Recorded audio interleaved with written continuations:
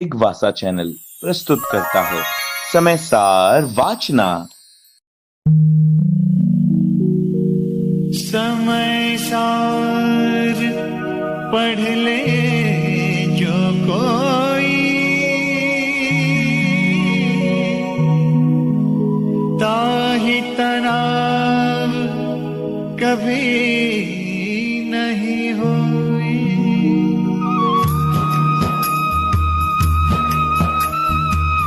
जय बोलिए त्रिकालवर्ती त्रैलोक पूज विश्वाराध्य पंच परमेष्ठी भगवान की, अनंतानंत सिद्ध परमेष्ठी भगवान की, वर्तमान जिन शासन ऋषि वर्धमान महावीर भगवान की, परम पूज्य आचार्य भगवान श्री कुंद कुंद स्वामी मुनि महाराज की, परम पूज्य चारित्र चक्रवर्ती आचार्य भगवान श्री शांति सागर जी मुनि महाराज की, परम पूज्य सिद्धांत चक्रवर्ती आचार्य गुरुदेव श्री विद्यानंद जी मुनि महाराज की, श्रीमद जैन धर्म की,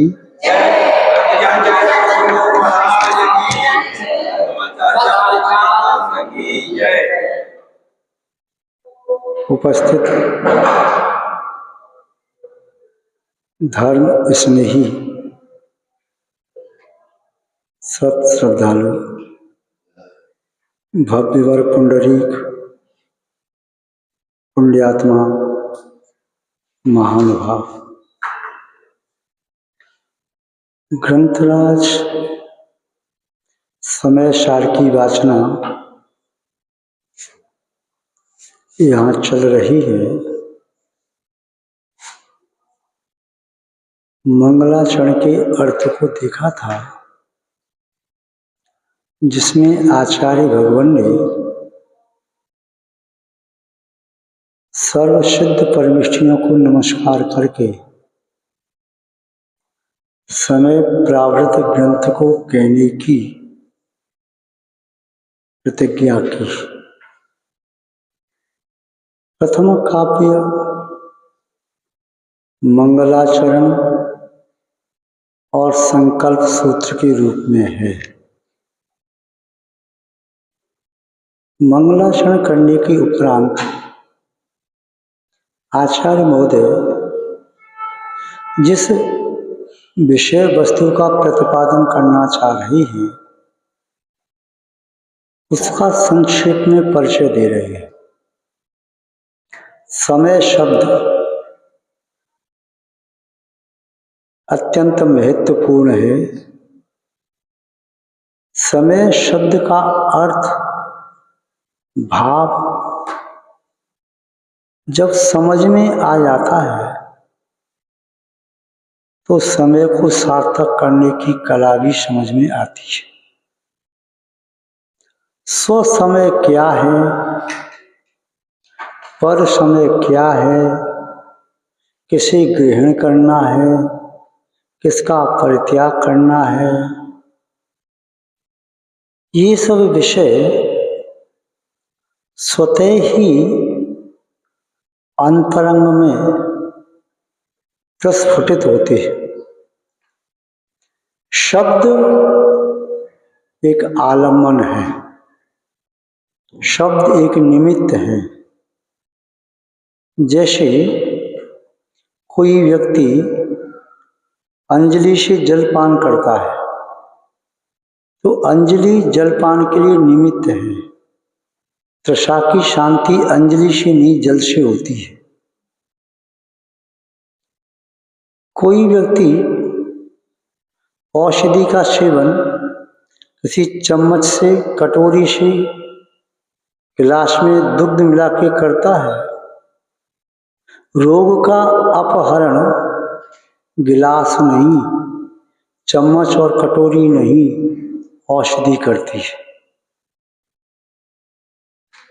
इसी तरह से स्वसमय को प्राप्त करने के लिए जिन किन्हीं आलम्बनों का आश्रय लिया जाता है, वे आलम्बन वाहन की तरह से निमित्त तो हैं, किंतु उपादान रूप तो हमारी आत्मा ही है। जैसे कोई व्यक्ति वाहन के माध्यम से माना कि संबित शिखर जी जाता है, वाहन संबित शिखर जी नहीं है, वाहन है संबित शिखर जी, संबित शिखर जी। ऐसे ही साधन है, साध्य साधन साध्य नहीं है और साधन नहीं। हाँ, वह साध्य अगले साध्य के लिए साधन रूप हो सकता है। कोई अश्वारोही अश्व पर आरोहण होकर के मित्र के गृह पहुंचता है और मित्र उसका सम्मान करता है, पूछता है इतने विषम मार्ग में, प्रतिकूल समय में आप यहाँ तक कैसे आए? आने वाला मित्र कहता है मैं इस अश्व की सहायता से आया, अश्व ही मुझे लेकर के आया है, अश्व नहीं होता तो मैं नहीं आता, अश्व ही मुख्य कारण है। उस मित्र ने कहा अश्व ही मुख्य कारण है, ठीक है। और वह मित्र अपने मित्र की सेवा शुश्रूषा आदर सम्मान न करके अश्व की सेवा करने लग गया। इसी तरह से कोई व्यक्ति साधनों को पकड़ करके साध्य को भूल जाए, इसमें साध्य का क्या दोष? चंद्रमा बताने के लिए एक व्यक्ति ने उंगली का संकेत किया, देखो वह चंद्रमा दिखाई दे रहा है। सामने वाला व्यक्ति उंगली को ही चंद्रमा मान बैठे तो बताने वाले का दोष क्या है? आचार्य भगवान कुंद स्वामी शब्दों का आलम्बन लेकर के स्वसमय और पर समय को बताना चाहते हैं, किंतु जो कोई व्यक्ति शब्दों को ही स्वसमय मान ले, भगवान आचार्य कुंद स्वामी का दोष क्या है? भटकना भी सही मार्ग पर चल करके ही होता है। जो गलत रास्ते पर चल रहा है वह तो राहगीर है ही नहीं, किंतु जो प्रारंभ में सही राह पर चले बाद में पुनः दूसरी राह पकड़ ले उसे भटका हुआ राही कहते हैं, किंतु जो प्रारंभ से ही गलत राह पर चल रहा है उसे भटका हुआ राही नहीं कहते। मिथ्या दर्शन, मिथ्या ज्ञान, मिथ्या चारित्र से संयुक्त व्यक्ति तो संसारी है, वह तो संसार मार्गी है।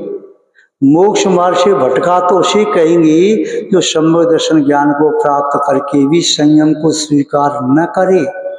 संयम को स्वीकार कदाचित कर भी ले तो भोगों के निमित्त, संयम का पालन करे भी तो संसार सुख की वांछा से, तो भटका हुआ राही हो गया। मोक्ष मार्ग से च्युत होता हुआ वह पथिक हो गया। इसलिए आचार्य महोदय स्वसमय और पर समय के बारे में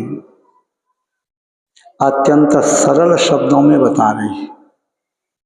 उन्हीं के शब्दों में देखते हैं क्या कहा है उन्होंने। जीवो चरित दंशन राणठिदोत्तम ही ससमयम जान पुग्गल कम्मपदेश ठियम चतम जान पर समयम। जीव कहाँ रहता है? जीव कहाँ रहता है? इसके अनेक उत्तर हैं, क्योंकि जैन दर्शन में अनेक नय हैं। अलग अलग नए अलग अलग प्रकार के उत्तर देगा। जीव कहाँ रहता है? एक व्यक्ति कह सकता है लोक में रहता है, अलोक में नहीं रहता। दूसरा व्यक्ति कहेगा जीव कहाँ रहता है? तो कह सकता है संसारी जीव शरीर में रहता है और मुक्त जीव आत्म प्रदेशों में रहता है। कोई कह सकता है जीव कहाँ रहता है, बोले कोई जीव अधोलोक में, कोई मध्यलोक में, कोई ऊर्ध्वलोक में, कोई भोग भूमि, कोई कर्म भूमि, कोई स्वर्ग में, कोई नरक में, कोई निगोद में। और व्यक्ति से पूछो कहाँ रहते हो, वह कहेगा मैं तो भारत में रहता हूँ। दूसरा कहेगा मैं तो चीन में रहता हूँ, मैं जापान में रहता हूँ, रूस में रहता हूँ, अमेरिका में रहता हूँ, इंग्लैंड में रहता हूँ, ऑस्ट्रेलिया में रहता हूँ। उसका ये उत्तर सर्वथा गलत भी नहीं है, न्यायापेक्षा समझक है। फिर प्रश्न एक है तो उत्तर अलग अलग क्यों? क्योंकि नए अलग अलग हैं तो उत्तर भी अलग अलग होंगे, और समझने वाले की बुद्धि का क्षेत्रम सबका अलग अलग है, इसलिए उत्तर भी अलग अलग देना ही श्रेयस्कर है। किसी भारतीय व्यक्ति से पूछा कहाँ रहते हो, वह कहता है महाराज जी मैं बिहार में रहता हूँ। दूसरा कहता मैं मध्य प्रदेश में रहता हूँ, तीसरा कहता झारखंड रहता हूँ, कोई कहता छत्तीसगढ़ में रहता हूँ, कोई कहता है महाराष्ट्र में, कोई कर्नाटक में, कोई तमिलनाडु, कोई गुजरात, कोई राजस्थान, कोई उत्तराखंड, कोई हिमाचल प्रदेश, कोई पंजाब, कोई हरियाणा। अलग अलग उत्तर दिए, उनके उत्तर भी सही हैं। जिस अपेक्षा से वह कह रहा है ठीक है। आपने राजस्थान प्रांत में रहने वाले व्यक्ति से पूछा कहाँ रहते हो, भरतपुर रहता हूँ, जयपुर रहता हूँ, अलवर रहता हूँ, अजमेर रहता हूँ, कोई जिले का नाम बता दिया। उस जिले में रहकर के पूछा कहाँ रहते हो, तो बता देगा अमुक तहसील में, अमुक ग्राम में रहता हूँ। तो ये उत्तर सभी उत्तर समीचीन होते हुए भी एक अर्थ को ध्वनित कर रहे हैं, समग्र अर्थ को नहीं। आत्मा समग्र है, एक है, अखंड है, किंतु न्यायापेक्षा उसकी एक एक विशेषता को हम देख सकते हैं, जान सकते हैं, समझ सकते हैं। अनुभव के द्वारा समग्र आत्मा अनुभव में आती है, किंतु जानने पर वह नए के द्वारा उस आत्मा की एक एक विशेषता जानी जाती है। हम किसी को बताना चाहें तो एक बार में एक विशेषता बता सकते हैं, समग्र नहीं। और सुनने वाला व्यक्ति एक बार में एक ही विशेषता को सुन सकता है, दो को नहीं। देखने वाला एक को देख सकता है, दो को नहीं। केवली भगवान आत्मा के अनंत गुणों का एक साथ भोग कर रहे हैं। किसी व्यक्ति ने पूछा भाई कहाँ रहते हो, उसने उत्तर दिया महाराष्ट्र। उसने पूछा क्यों? क्योंकि उसने पहले प्रश्न किया था कि व्यवहार क्या है, निश्चय क्या है। तो व्यवहार क्या है, निश्चय क्या है, इसका उत्तर सामने वाले व्यक्ति ने सीधा सीधा न देकर के उसे समझाने के लिए पूछा भाई आप कहाँ रहते हो। उसने कहा महाराष्ट्र रहते हैं। सामने वाले ने कहा महाराष्ट्र तो बहुत बड़ा है, क्या पूरे महाराष्ट्र में रहते हो? नहीं भाई साहब, बॉम्बे में रहता हूँ। अच्छा, तो पूरी बॉम्बे में रहते हो? नहीं भाई साहब, पूरी बॉम्बे में नहीं रहता, मैं तो घाटकोपर रहता हूँ। तो पूरी घाटकोपर में रहते हो? नहीं भाई साहब, मेन रोड पर रहता हूँ। मेन रोड पर जो कॉलोनी, पूरी कॉलोनी में रहते हो? नहीं, वो टावर है बीच वाला, उस पर रहता हूँ, अमुक टावर। तो पूरे टावर में रहते हो? 32 मंजिल का टावर है? नहीं, मैं 14वीं मंजिल पर रहता हूँ। तो पूरी मंजिल पर रहते हो? नहीं। फिर उस एक मंजिल में तो 50-60 फ्लैट हैं, मैं अमुक फ्लैट में रहता हूँ। तो पूरे फ्लैट में हमेशा रहते हो? नहीं, मेरा रूम ये है। तो पूरे रूम में रहते हो? पूरे रूम में नहीं रहता। अब उसको थोड़ा सा गुस्सा आया और उसने कहा यूं ठोक करके, मैं रहता हूं यहाँ। सामने वाले ने कहा बस। आपने जो प्रारंभ में उत्तर दिए कहाँ रहती हो, वे सब उत्तर व्यवहार थे। और जो आपने कहा है मैं यहाँ रहता हूं, ये भी व्यवहार है। किंतु वास्तव में आत्मा आत्मा में रह जाइए, यही निश्चय है। व्यवहार और निश्चय संक्षेप में यह समझ लें, जो वचन के गोचर है वह सब व्यवहार है, और जो वचन के अगोचर अनुभव के गोचर है वह निश्चय है। निश्चय अनुभूति का विषय है, प्रस्तुतिकरण का नहीं। जो अनुभव में आ रहा है अपनी शुद्ध आत्मा के बारे में, वही निश्चय है। आचार्य भगवान कुंद स्वामी उसी बात को इस तरह कह रही हैं, जीवो चरित दर्शन राणठिदो तम ही जान सब सम।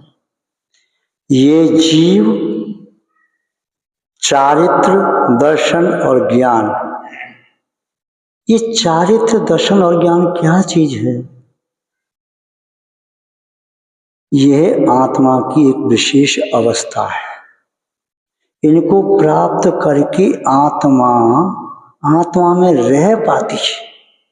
जैसे कोई व्यक्ति घर में रहे, पिलर खड़े करे, दीवार खड़ी करे, पिलर के साथ दीवार चल रही है, पिलर सम्यक दर्शन है, साथ में दीवार चल रही सम्यक ज्ञान है, और छत्र डाल दी सम्यक चारित्र है, उसके अंदर रह सकता है मनुष्य। ऐसे ही सम्यक दर्शन, सम्यक ज्ञान, सम्यक चारित्र को प्राप्त करके अपनी आत्मा में जो रह सकता है वह है स्वसमय। और जो इसके बाहर घूम रहा है वह है परसमय। सम्यक दर्शन ज्ञान चारित्र को प्राप्त करके भी यदि बाह्य प्रवृत्ति चल रही है तो परसमय। मकान बना करके भी खिड़की पर बैठा बाहर झांक रहा है, द्वार पर बैठ के बाहर झांक रहा है, बाहर अंदर जाता है, बाहर जाता है, अंदर जाता है, बाहर जाता है, यह भी परसमय। कभी क्षणार्थ के लिए अंदर स्वसमय में गया, फिर परसमय में पहुंच गया, क्योंकि स्वसमय में स्थिरता हर व्यक्ति के लिए संभव नहीं है। रत्नत्रय को प्राप्त करने वाले मुनिराज भी बाहर ज्यादा रहते हैं। प्रमद अवस्था में, अप्रमत अवस्था में अंतरण के लिए अल्प समय के लिए आते हैं। जैसे सम्यक दर्शन के तंतु ताने के रूप में है, सम्यक ज्ञान के तंतु उसके साथ अनुचित जुड़े बाने के रूप में है। जब धागों का ताना बाना बुन दिया जाता है, यूं खड़े धागे, यूं धागे करके, तो वस्त्र बन जाता है। उस वस्त्र पर पिघला करके मोम डाल दिया, जिससे वस्त्र के अंदर जो सूक्ष्म छेद थे वे बंद हो गई, ऊपर से और नीचे से। उसमें पानी भरा जा सकता है। मोम डाले बिना पानी भर दिया था तो वस्त्र में से टपक टपक करके नीचे चला जा रहा था, किंतु मोम डाल करके उस पर ऐसा पेंट कर दिया जिससे छिद्रों से पानी बाहर नहीं जा रहा।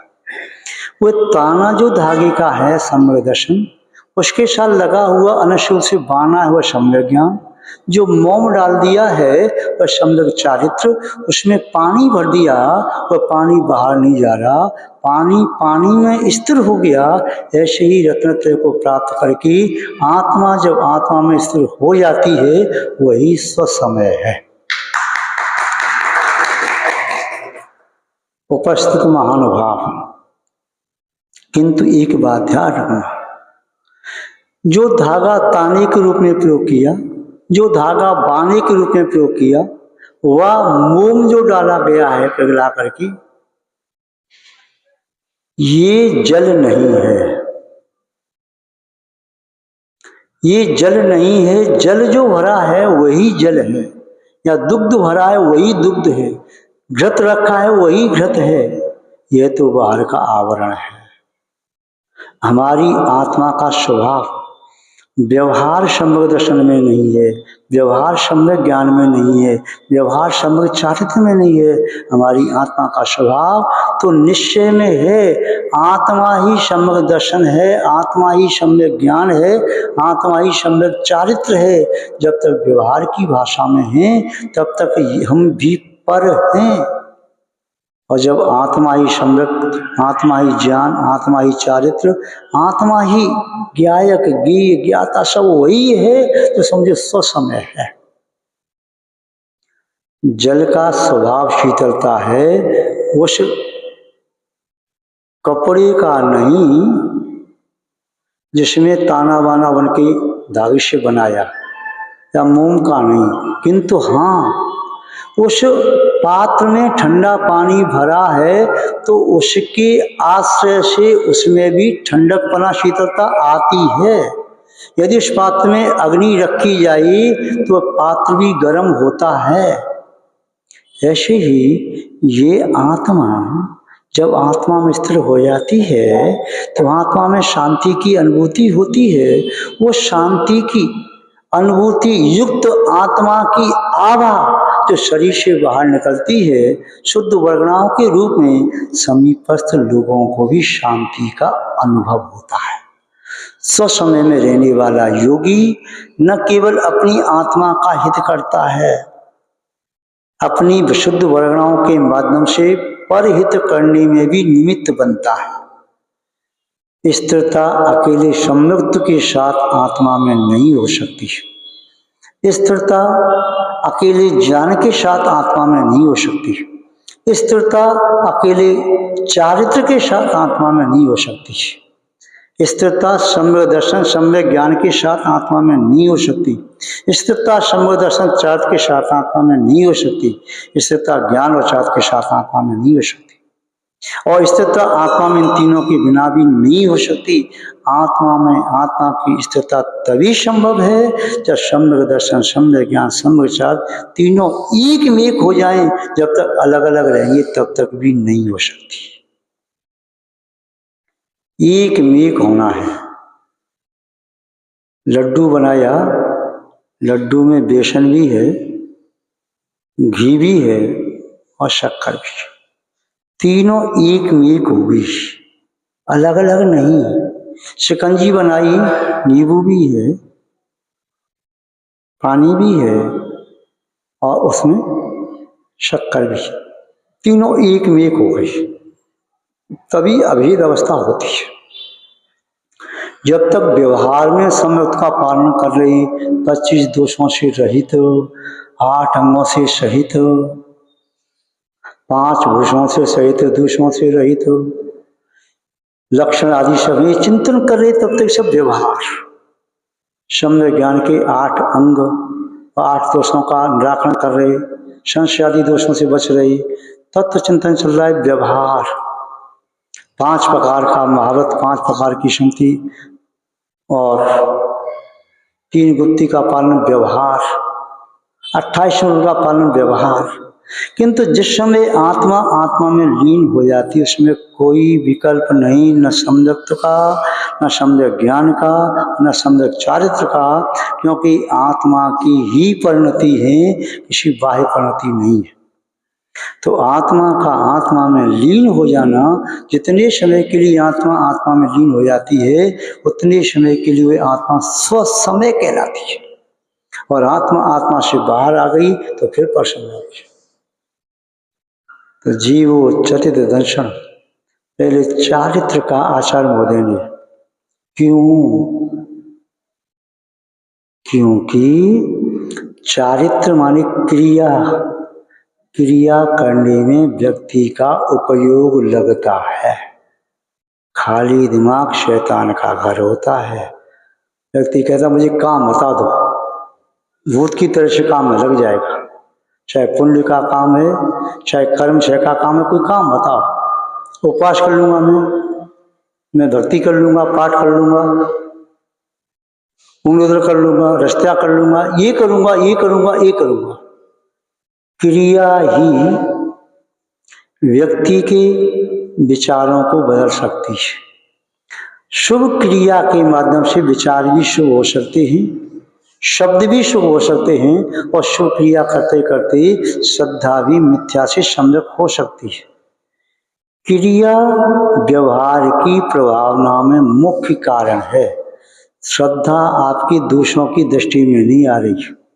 मौन बैठे हैं तो ज्ञान के शब्द भी उसके कर्ण गोचर नहीं हो रहे, किंतु आपका उठना, बैठना, चलना, देखना, भोजन करना, शयन करना, बोलना, ये सब भी प्रवृत्ति हो रही है। ये सब प्रवृत्ति व्यवहार धर्म के निमित्त हैं, ये प्रभावना के कारण हैं। इन सब के माध्यम से, सम्यक और मिथ्या प्रवृत्ति के माध्यम से, श्रेष्ठ और निकृष्ट प्रवृत्ति के माध्यम से आत्मा भी प्रभावित होती है। जीवो चरित्र, जब चारित्र अच्छा है, श्रद्धा पूर्वक है, तो श्रद्धा है। ये कोई ऐसी वस्तु नहीं है दे दी जाए और ले ली जाए। श्रद्धा का भाव, हम श्रद्धा से प्रभावना नहीं कर सकते। साधु करता है दान तपोजन पूजा विद्या आश्रय, साधु करता है ज्ञान ध्यान तप आदि के माध्यम से, किंतु श्रद्धा के माध्यम से प्रभावना नहीं। दूसरा का नानठिदो, व्यवहार में जीव चारित्र में लीन होकर के आत्मा में लीन होने का सम्यक पुरुषार्थ करता है, किंतु निश्चय में नानठिदो, ज्ञान में अपने उपयोग को केंद्रित करता है तो निश्चय में पहुंच जाता है, सो समय में लीन हो जाता है। ज्ञान अगाध है। द्रव्य 6 प्रकार के हैं, अनंत द्रव्य हैं, उनके अनंत गुण हैं, पर्याय हैं, उनके चिंतन में लग जाओ। आत्मा की अनंत परिणति है, उनके चिंतन में लग जाओ। आत्मा के स्वभाव, गुणों के स्वभाव, जो उनके स्वभाव के चिंतन में लग जाओ, उसमें से डूब जाओ। इसलिए कहते हैं डूब जाओ। कहाँ डूब जाओ? श्रुत को भी सागर की उपमा दी है। जैसे कोई व्यक्ति सागर में डूब जाता है, ऐसे श्रुत में आप डूब जाओ। सागर में डूबने पर रत्नों को मुट्ठी में भर करके लाता है, ऐसी श्रुत में डूब करके आपकी चेतना की रत्नों को भर करके लाओ। यही परिणति स्व समय कहलाती है। आगे द्वितीय पंक्ति में कह रही पर समय क्या है? पुग्गल कम्म पदेशठ्यम, इस आत्मा का यानी उपयोग का पुद्गल में स्थिर हो जाना, कर्म प्रदेशों में स्थिर हो जाना, नो कर्म में स्थिर हो जाना, या पुद्गल की किसी भी पर्याय में उपयोग का स्थिर हो जाना, वह पर समय है।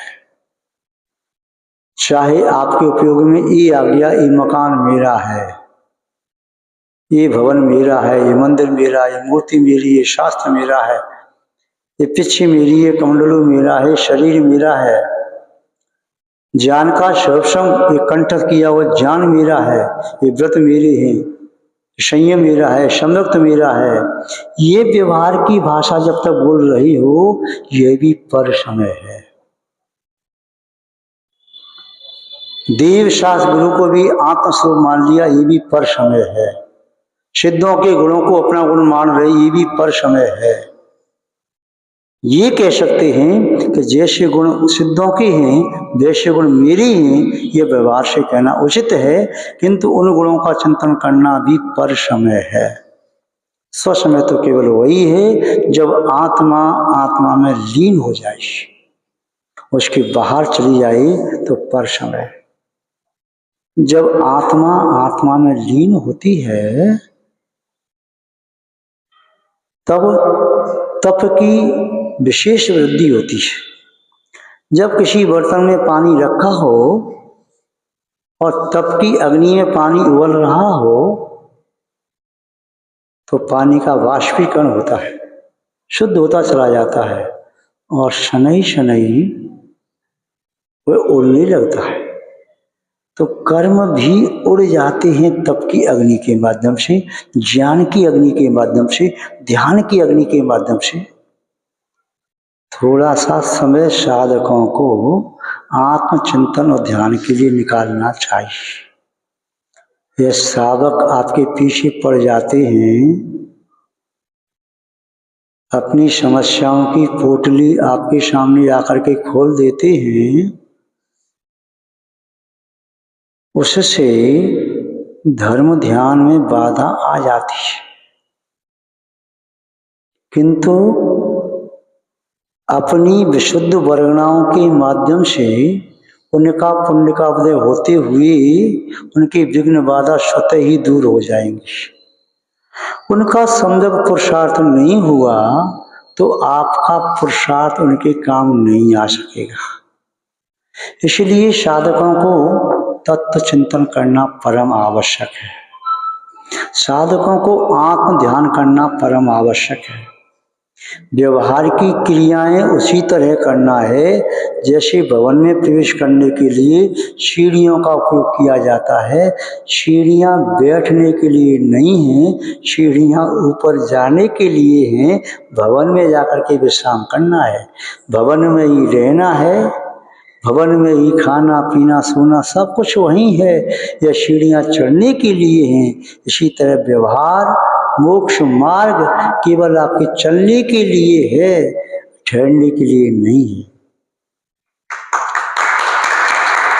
पौद्गलिक कर्म प्रदेश हमारी आत्मा के साथ अनादिकाल से लगे हैं। कुछ जाते हैं उससे ज़्यादा आ जाते हैं, तो हमें ऐसा आभास हो गया है ये पुद्गल ही मैं हूँ, ये शरीर ही में हूँ। तन उपजत अपनी उपज जान तन नशत आपको नाश। तन की उपज को अपनी उपज मानना, तन के नाश को अपना नाश मानना, ऐसी प्रवृत्ति हो गई है। इस तन के साथ एकीकार हो जाने से हमारा एकत्व युक्त आत्मा, अविभागी आत्मा पर से संबंधित नहीं है। मेरी आत्मा अपने आप में पूर्ण है, पर के माध्यम से पूर्ण होगी ऐसा नहीं है। मेरी आत्मा किसी दूसरे की आत्मा की पूर्णता करेगी ऐसा भी नहीं है। मेरी आत्मा अपने आप में पूर्ण है, सबकी आत्मा अपने आप में पूर्ण है। प्रत्येक जीव की आत्मा में असंख्यात प्रदेश हैं, न एक कम न एक ज्यादा।